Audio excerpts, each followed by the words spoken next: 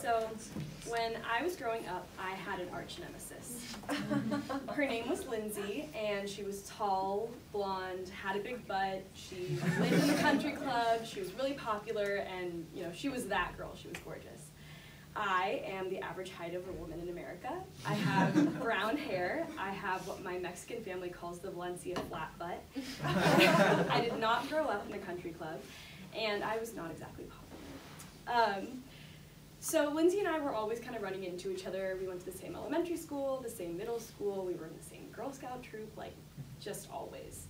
And I didn't really start realizing our rivalry until like the 5th grade. So we both decided to sign up for the talent show, and we both sing. I decided to sing a song from High School Musical, classic. And Lindsay decided to sing Bleeding Love by Leona Lewis. So I'm up there, I'm standing like this, singing the song. I flubbed the lyrics, so I'm like, great, okay, that's embarrassing enough. Lindsay closes out the show. They cart out a Shea lounge, like a literal couch, and she's laying on this couch, singing the song, gets up, she's like performing, and I'm just over here like, oh my god, like what? Ugh. I was so embarrassed, and just, I was comparing myself to her, like, why couldn't I do that? She was amazing. So I kind of got over that, whatever. Then the next year, we both try out for the school play, Mulan, and we're both in the running for the main role, for Mulan. And it's whittled down to just us two. And I was really excited, like I really wanted this. Maybe I could up my social standing. So I ended up not getting the role, and that's fine. Lindsay got it. Her mom's on the PTA board, whatever.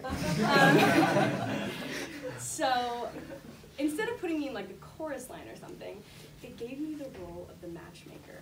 And I don't know how well-versed you are with Mulan's characters, but the matchmaker is not the most flattering character. She's like obese, and she ends up with ink smeared all over her face, and hot tea poured all over her gown, and she has a big fat mole on her face. And you bet the costume committee gave me a fake mole, a fake hairy mole to wear on my upper lip during the performance. It was traumatizing, to say the least. Like, it was one of the worst experiences of my childhood. And, from then I started getting, like, really just kind of annoyed. Like, god damn it, she's beating me in everything. Like, she gets the good roles and I get the shitty role. So whatever, we go to middle school. We're adults now, And in 8th grade, I had this boyfriend, Brandon, and we were an item. Like, we were the it couple of our middle school, whatever that means. And, everything was going great, I was happy. And then one day I come to find out that Brandon is dumping me for Lindsay. And I was devastated. This was the first time in my life that, well, A, I'd been dumped, and B, like, I had something to really be self-conscious about. It got me thinking, like, what's wrong with me? Was it my butt? Was it my hair? Like, why wasn't I enough? Like, what was it about me that just wasn't as good as her? So from then on, like, it was just pure hatred, like red hot anger. Whenever her name was brought up, thank God we went to different high schools.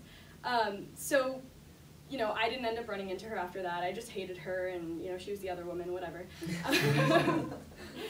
So then, I go through high school, and all these insecurities kind of stay with me. Like, I'm sure everybody has the first time that they were kind of torn down and felt crappy about themselves, and so that was kind of the spark, and I always attributed my insecurities to that. So then, just last year, I haven't run into Lindsay at all, like, never really thought of her. And just last year at a Christmas party, my mom runs into her mom at, like, just a neighborhood gathering. And my mom, like any good mother, hates Lindsay and her mother for my sake.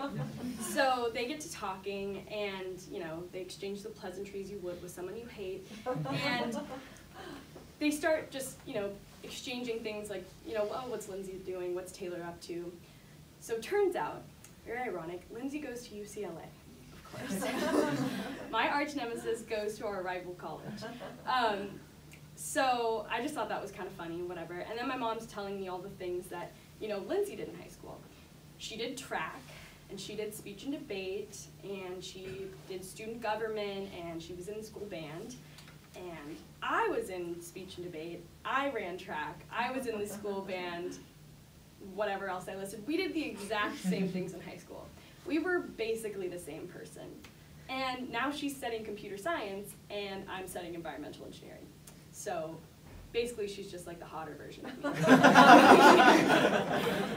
So at first, I was just kind of pissed off. I was like, damn it, can she just, like, she's just stealing my thunder. And I was like really annoyed, like, God, just let me live.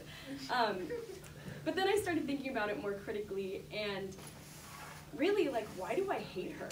We're the same person. Like, there's no reason for me to hate her. The real person I should hate is Brandon. He's such a dick. Like, whatever.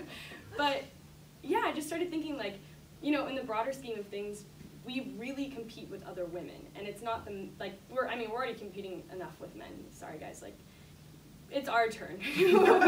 But you know, I was really competing with Lindsay, and there was no reason for me to do that, and it wasn't a healthy situation, you know? Like, it didn't do anything for me to hate her and to want to better her and to be jealous of her.